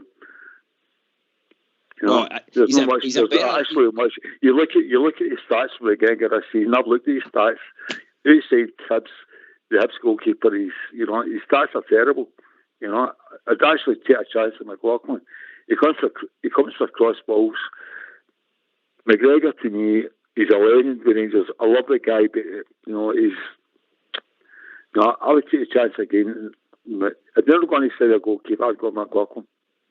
I'm probably the flip side with you, mate. Like, I see McLaughlin at the start of the season when he got the gloves for being number one. I was actually really happy about it. I was like, good, because like you say, Kenny, he's good with the ball at the feet and all that. But see, after that Old Firm game, oh my God, like, it was. I know he's a nightmare. I don't know that, right? But don't know that. But that's just the problem. They're saying they're not going to sign a goalkeeper. Well, who would you go with right now? Because McCrory's not going to come in that game. No chance. And Linda, sorry, but McCrory didn't make it at Livingston. He gets wrapped. He didn't actually make it. It wasn't a success at Livingston. Oh, so he's not the answer either. No. I think Calvin saw maybe a couple of games, and one of them we played against the team for the other side of the city, and he was outstanding. He didn't hold the goalkeeping place down, London, Rangers need a goalkeeper urgently. So it's a choice between McGregor or McLaughlin. Right now, I'll be going with McLaughlin. I hate to say it. It's McGregor to me is up there with Gordon. Aye, well, listen, everybody's career comes to an end at some time, Bridgeman, yeah? Everybody's got to finish playing, yeah? Oh, they are indeed, yes. And it's, I think it's racing in for McGregor now. I don't think Rangers will allow him to be the first choice goalkeeper at Ibrox for many months longer. I think they will work a way of getting the first choice goalkeeper in. Not that they don't trust, they can't trust McGregor. They may have to trust him. But I just don't see it. Much like the discussions have been having, there isn't very much going for Alan McGregor now. He might come out against, for instance, against Motherwell and play a stormer, and then against Celtic, he plays a stormer. We would love that. What about the first half against Hibs, Bridge? Aye, and there's many times, and he'll do these things, but there's times when you think the last couple of goals they lost, they were quite weak.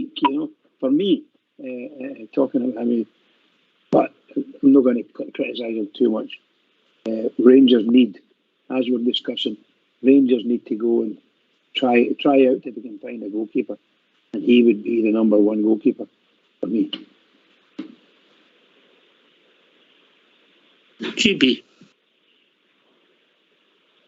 It's a tough one. It's a good debate, Kenny. You've brought up a cracker the night for a talking point, mate. I mean, McGregor, just like I say, the only reason I would go with McGregor is he's steady Eddie in a sense, goal forms and all the rest of it, and he'll get us to the end of the season. When McLaughlin, like I says, mate, the other night, he probably wasn't overly tested, but he still, for me, just didn't. Now that way, when McGregor's in the goals and you're sitting watching him shouting at the defence and stuff like that, it gives you confidence that he's telling them to get back or whatever. McLaughlin just seems too much the nice guy in there, but he's the nice player. He's got good feet, and I like how he plays out for the back and stuff like that. But I don't know. I think it's just be a massive roll of the dice to put him into another old form, especially when we need the 3 points, mate. Because I think if we get these 3 points against Celtic, it'll kick-start our season big time. I think the negativity will shift across to the city, and all the positivity will flood into Rangers, and then hopefully it's not that pressure. GB, it's not a case of to get the 3 points. We will get the 3 points next Monday, but aye. It's the goalkeeping problem to me still remains after that. You look at last season, McGregor cost us a lot of points. Ross County example, right? Or they won 1-0, right? You know, they shipped away so many stupid goals, you know. To me, right now, I hate to say it, Alan McGregor's legend. Also, Gordon's always doing matters in my lifetime. McGregor's second, but to me, right now, I would get back to McLaughlin. I watched the Aberdeen night. The Aberdeen game, the first goal, terrible, you know, position-wise, everything else. The second goal, I gave them the benefit of the doubt. So there was other parts to play that night as well. I watched them, you know. And this is where I'll get back to McLaughlin. They need to sign a goalkeeper. For Beale to come out and go, that's a priority. That's a priority. McCrory never made it at Livingston London. He played a few games like it. He couldn't hold the place down. He's not the answer. Rangers badly need a goalkeeper. We've always been blessed with good goalkeepers forever. It's always been lucky. We need another one.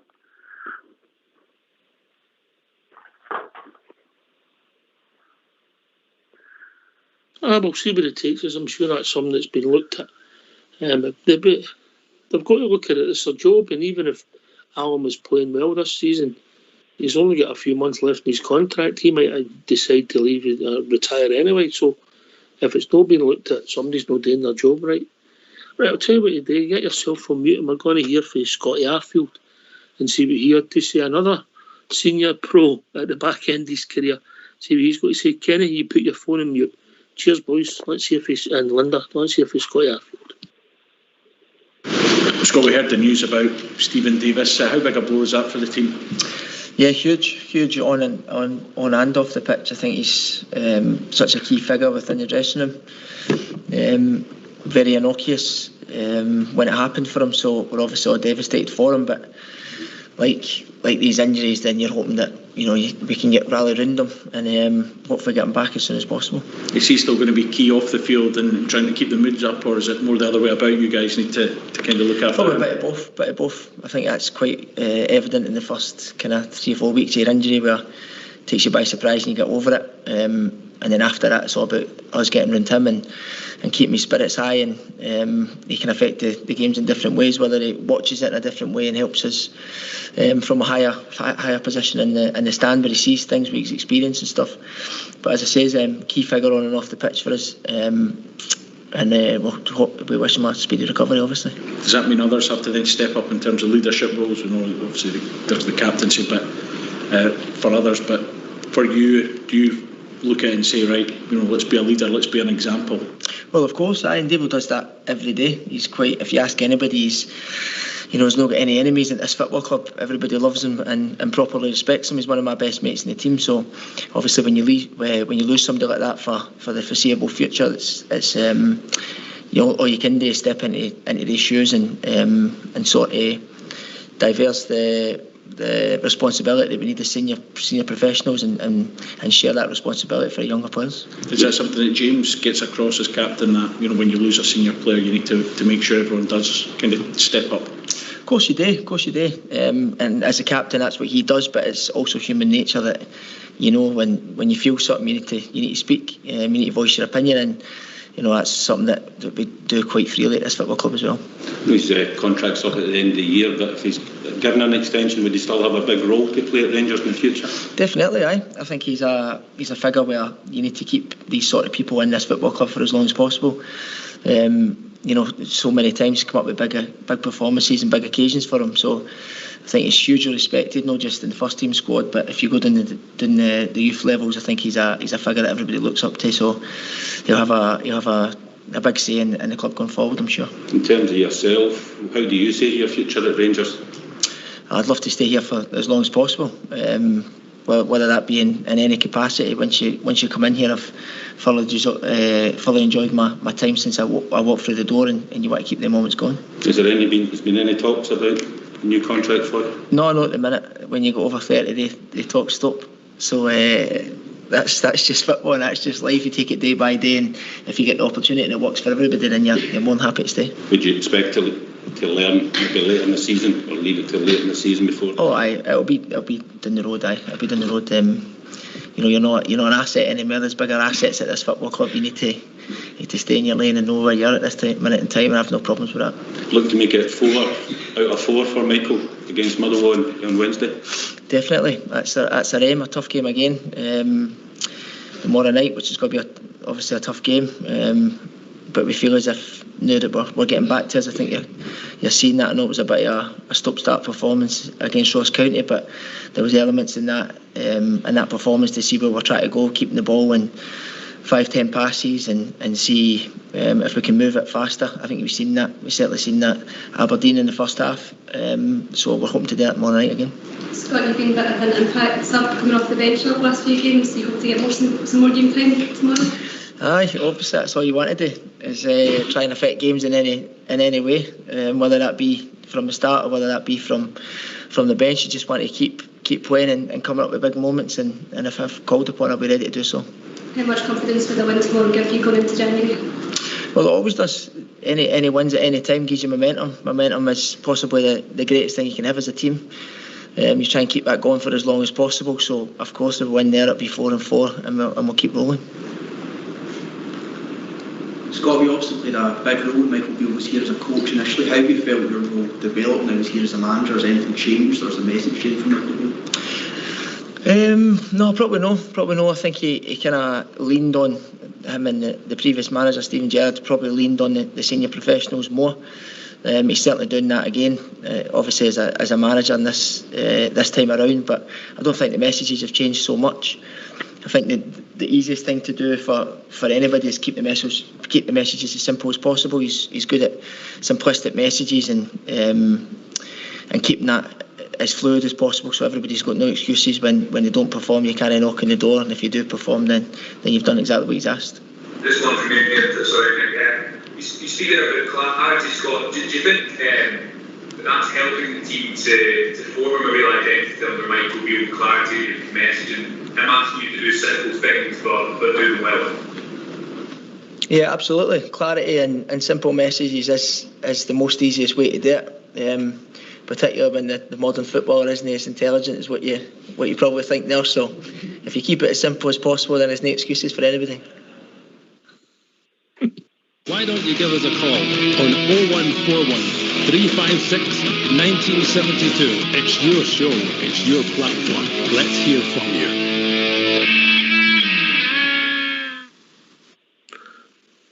GB. Oh, he's brilliant, isn't he? I mean, the big man gets his critics and stuff like that, but he wears his heart on his sleeve. Contract talks for him.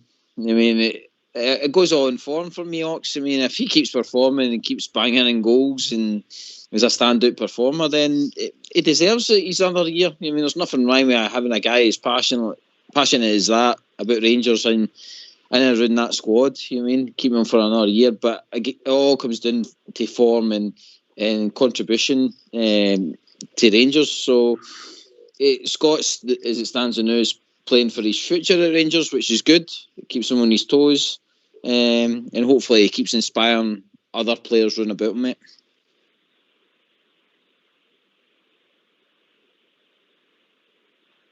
Wonder? Yeah, I agree. His passion always comes through when he's interviewed.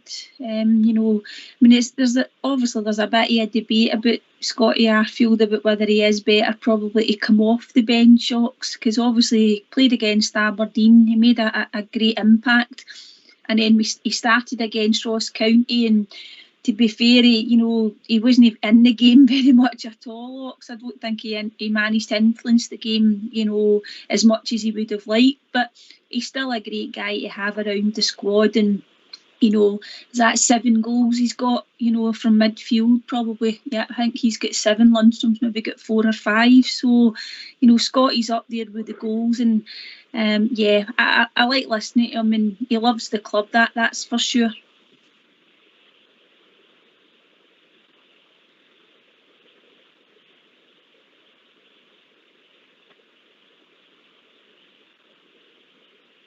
I think we had this discussion last. Sorry, I thought we had this discussion last week or a week before regarding Scott Arfield, and a person said I wouldn't have any objection if he's playing the way he's playing, or he played scoring the goals and things like that, being very effective.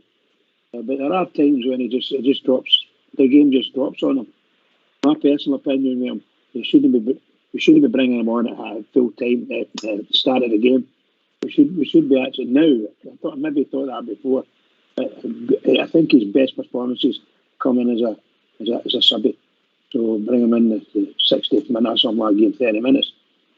But the manager wants somebody to do that better. I'm afraid the last game he played, he didn't play very well, to be honest.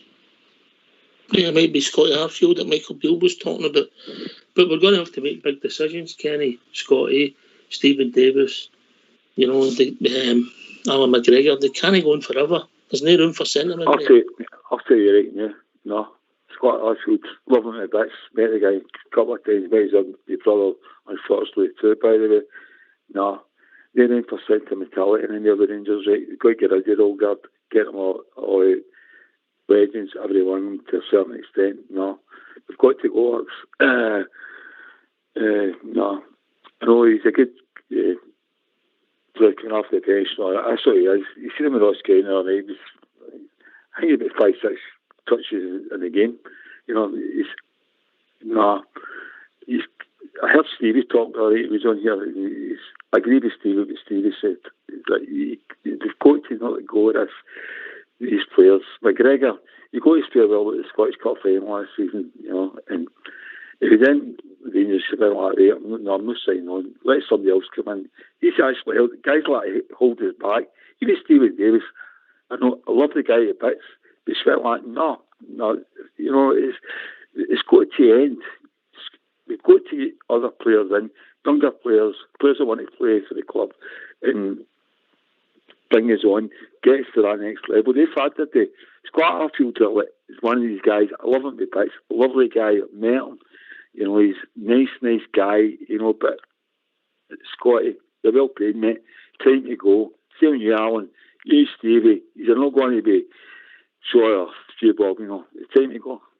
You've got to be ruthless. Yeah, we've seen it all season. The clearance started after 55. I said it on here after 55. Stephen Davis, I can remember what I said. If Stephen Davis is still playing a part of that, Rangers midfield, Rangers as a football club are doing something wrong. He started against Celtic at Park Keaton and get humped for nothing a couple of months ago. That's the mistake. That's the mistake the Rangers. They hold on to players and the board and everything else. I'm not going to get into this one tonight, but no, they've got to go, build, get young ones through. Lowry is the guy I want to see in that team. Kenny, the only thing I'll take it to Linda. The only thing I'll probably say in defence of like Stephen Davis is that you've got a coach like Michael Beale who's been running top Premier League teams, and there you heard in an interview tonight that Michael Michael Beale's wanting Stephen Davis to continue playing at least for another 18 months in Rangers, because Linda, I think it's just purely because we're trying to build a squad. Hold on, Linda, sorry. I'll let you take that, GB, no bother. Aye, GB, can I build a squad with Stephen Davis for 18 months? Come on. No build a squad, but I think he's trying to keep players in there to try and obviously enhance the squad. I mean, keep the quality there rather than lose the quality. But time will tell, Kenny. I think we'll be joined with, is it Bobby? Bobby in, mate? Yeah, man. Yeah. How we doing, buddy? What's your right, thoughts? I was just listening to the programme tonight, and I said your panel said players like Celtic Gio down the park. I'd like him to explain who Celtic Gio down the park. Well, I'll take that to Linda. I don't know. Hi, Bobby. I don't remember anybody saying that, Bobby. Somebody. Yeah, I think it was. It's somebody said that. I was sitting listening there, and they said, "All the players down tools." Down tools. Down tools. Yeah. So I'd like to know who down tools for the panel. Down tools, right? So probably I would say, Bobby, I'll take that one on board since it was me. It said that I think the players down tools on them. Considering what we've seen, well, Lundstrom, Morelos, Kent, right, Kamara. Apart from that, the back was a makeshift defence, I suppose. Borner was the performing the way he normally would. And then you had John McLaughlin, who got pulled out the squad straight away after making one mistake. No, you can't bring John McLaughlin as. The point is, we were all at the game the other week here. Morelos scored. I didn't even cheer. Right? Because even if he scores 3 against Celtic, I'll still no cheer. Because you're saying to me, he down tools. And Ken down tools. Now, I love Ken. But he down tools. So he got a manager sacked. Now they're all turning up for Michael Beale. I'll take it around the panel, Bobby. Like, I mean, it's like any manager. It's like any manager in the workplace. If you get a manager comes in and starts shouting orders, Linda, and you don't really take to him, then do you perform as well? But then when you get a guy in that's patting you in the back saying you're doing a fantastic job, then you seem to up your game a bit, don't you? Yeah, I mean, the down tools thing. I'm like that. It's just a phrase, isn't it? I think what maybe GB means as well is that they just weren't performing, Bobby. Their form was absolutely shocking, and you can argue about all the injuries. We've already said yes, it's not an excuse, but it did affect it. It affected. Linda, I talked about this 6 months ago. He's the top shooter. This and that. They've never played for us. So you can't bring these people into... Bobby, I'll let you jump in there, mate. You later let us go down the panel, mate, and let everybody make their points, and then we'll come back to you, buddy. All right, so we'll go back to Linda first, and then we can go down Kenny and that. Bobby, I will not just talk about John Souttar, because he only played the first game of the season, didn't he? But when you talk about all the other players, you talk about Connor Golson, a stalwart in the team with his injury. You talk about, obviously, young Hadji not being able to come back. Lawrence made a terrific start, and then he went out injured. So it did affect the players, obviously, and the team that Gio was able to put out. But Gio's brand of football as well didn't suit us as a team and a squad.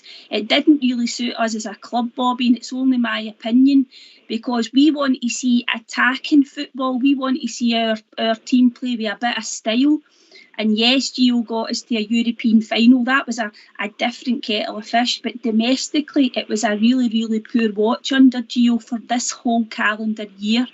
But what I'm going to say about the players down in tools, in my opinion, they were shockingly all off of form. Yes, we had a makeshift defence. But our front six, whoever it was at various stages this season, we had a lot of our so-called performers available, Bobby, and they just didn't show up at times. So I don't know if they down tools, they didn't like Gio's style, I'm not really sure. But really, Bobby, they were shockingly off form. They're not bang on form under 3 games with Michael Beale, but they seem to me to be showing a wee bit more effort, and they know a wee bit more in terms of what they're supposed to be doing. So that could be a change of style, and it could just be that we've got a new manager. We'll just have to wait and see. We've also been joined by Smurf. Evening, Smurf. Evening, Ox. Evening, everybody. Season's greetings to everybody. Well done, pal. You okay? How you doing? So, really what, just picking up on what you were saying there, was I'm glad about the Michael Beale appointment, but by the same token, I'm also apprehensive about it.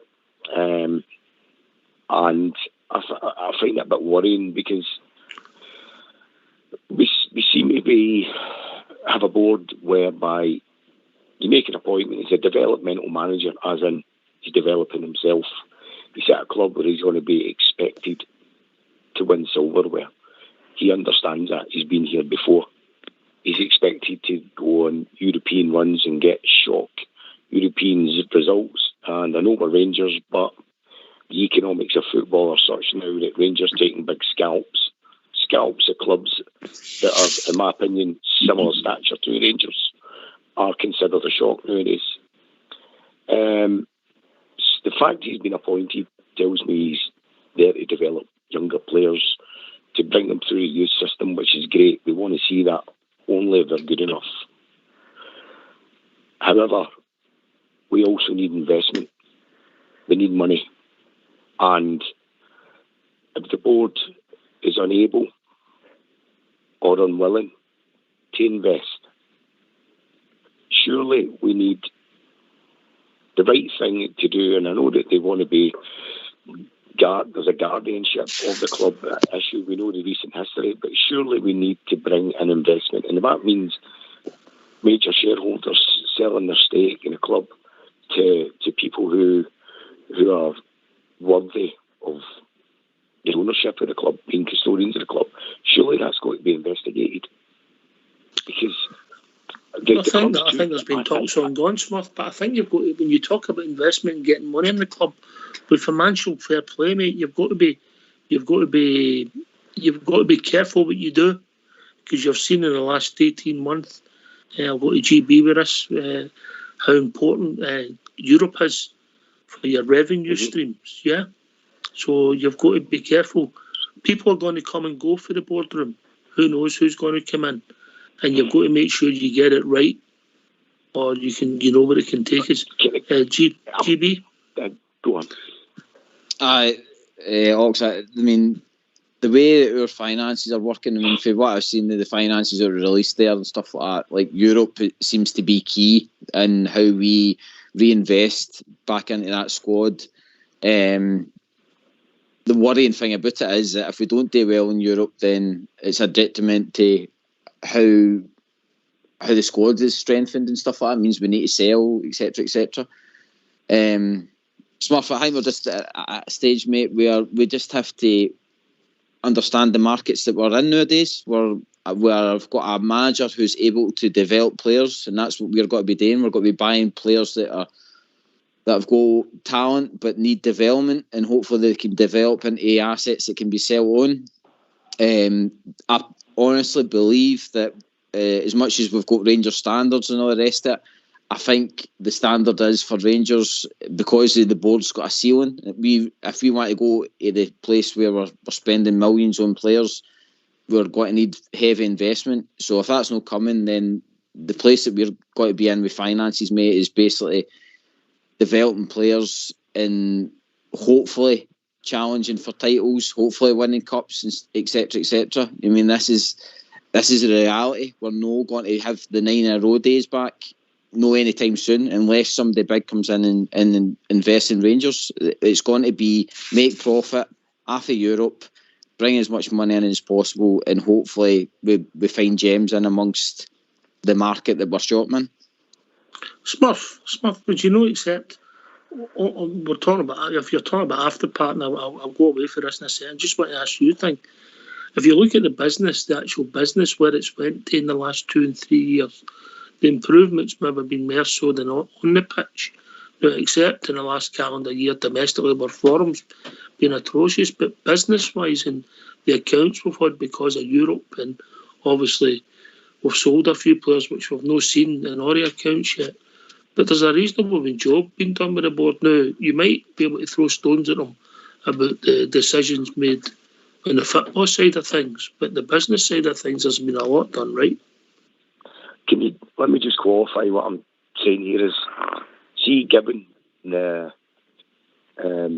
what they inherited and what they've done, of course you're going to make mistakes. It's life. We all make mistakes in life, and they've got tremendous things right. They've done tremendous good as well, and the board, over the piece, on balance, have been magnificent. So I just want to clarify that. Mm-hmm. But what I'm trying to say is, where we've got a situation where you've got to generate, you can't spend, it's a percentage of what you generate, essentially. So the more you generate, the more you can spend. But the main stand aside, the rest of the stadium is tired, and year on year, it's absorbing money to keep it ticking over. And it's even though it was left dilapidated and we had to get it fixed up, it's still not been done. And even when you get it fixed up and finally finished, it's going to be like the fourth rail bridge. And I just think we need a strategy, investment, the right people to come into the club, to come up with a plan, a long-term plan, to rebuild 3/4 of the stadium. The three new stands, as it were, that are going to be less maintenance heavy, and with a bigger capacity. It's a good revenue stream for us. That then sucks less money out of the club and gives the club more bandwidth and more. What happened the last time we done that, Smurf? We never competed in the league for 8 years. I know, but I don't know. There's got to be a strategy anyway, because that's not going to last forever. It can't. No, nothing does, mate. They always have to look at where they're going to go and whether if they're going to have to rebuild or whatever. I don't know if that's for us to discuss for the night before a match. Bobby. Aye. And you come, mate. Right. My point's not about structures of parts. My point is obviously about team winning on the park, right? That's my first. I'm a supporter, not we need to build more business, we need to do this, we need to do this. My point is, I want to ask the panel, who downed their tools eyebrows? That's the question I asked, was who downed the tools? And I take it they're going to say Morelos, Kent, Kamara. Well, was the point? Let's answer our own questions. We can make up our own mind. There's a lot of people. The forum of a lot of people has been atrocious this season. If I've been honest, for different circumstances, Bridgman, our centre halves haven't been good at times. But 2 goalkeepers have been great. But the centre half, you've got Sands and the guy King. They're no Rangers. What I'm trying to say is, who down tools? What your panel said, who down tools? And I'm still not hearing the answer. Well, you were given the answer 10 minutes ago. But the guy told you there was a number of players and he rained them off. I named them. But he didn't name them to you. You were talking about it. Who? Who down tools? He named them off to you. But listen, but you're still going to support them. But they down tools. Of course I go and support them in my team. Mate, they'll be my team for fucking years. Sorry for the language. What's your language now? Right. They'll be my team for years. But you tell me who down tools. You're the only person that supports the Rangers. No. Right. No, there's thousands like us that saying, who are these? See the team. Who are these people? Who are these people? Morelos. Well, you're never them yourself. Yes, because I'm watching the same game as you are. Morelos, Kent. All right, you played a good game last week, but that's what I'm trying to ask is who down tools and who needs to be 6'4". Andy Gorham was 5'9". There's another question for you. I don't think you're ever going to see the type of players that you're speaking about, Rangers, born and bred type people. Well, Alan McGregor. Well, wait a minute, mate. You're talking about Alan McGregor. Alan McGregor's a Rangers man. And you're trying to say he's not up to his 40 now. We know he's 40. I know he's 40. I'm sure Alan knows he's 40. I know he got right. You need to watch what you're saying because you're talking about players from the past, the Andy Gorhams and other players that come along who, if they weren't Rangers men before, they were Rangers men within the first season. And they were fantastic for us because they played for the jersey and all the other cliches. But we don't find that now. I think that's what some people have been trying to say to you. We're not finding that. Some of these players that are playing for us at the moment don't look as if they're even interested in playing for the club and letting the manager ended up having to leave. So that's what my question was. Who are these players? But you've just spoke about them. You've just spoke about them yourself. I don't know. One of the worst performances we've seen this season was Morelos' performance at Love Street, the new Love Street.